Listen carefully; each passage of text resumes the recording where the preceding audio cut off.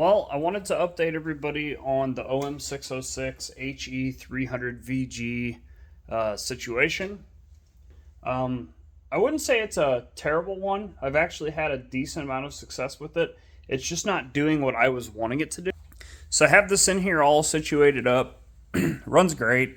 No leaks, nothing. But it just does not spool any sooner than the S356. This is my S356 center cartridge, and as you can see, she needs rebuilding. I ran this mostly at 30 psi, but it did see 40 a couple times, maybe 45. So apparently these aren't good past 30 psi, so I got to rebuild it. But I'm actually going to try a smaller frame size turbo. I'm going to hold on to this one because if the next turbo doesn't work out, I'm going to go back to this one. I've had to repair and modify this housing, but anywho. So this guy, I've gotten it to produce about 20 psi. I think it would produce more with someone who's willing to spend time on it, but I'm just not seeing the turbo light up as early as I would like for it to. So I'm just going to move on.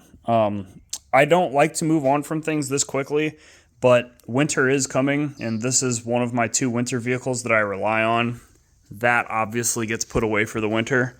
So I would like to get this figured out sooner than later. So I'm moving on to a different turbo. This one will be available for sale. I modified it, obviously, so I don't think an average truck guy is going to want this. It's more of a project at this point. The only modifications done to it are this plate on the actuator. This unbolts from it, but it is a great actuator mount. And then I have a stop welded right here with a stop screw so you can do the max opening position. The setup works pretty well. I have a 1.2 bar spring in here, and I actually just have my boost controller connecting this directly to the plenum at the moment. So it just receives whatever boost the turbo's making. I'm seeing 15 psi by about 3,500 RPM, and I'm seeing 5 psi by like 2,800 RPM.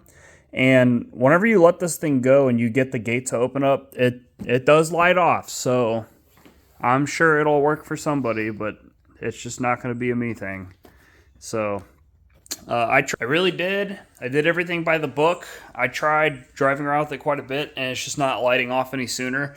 And while most people would be super happy with this, I'm just not. I want something that lights off way sooner.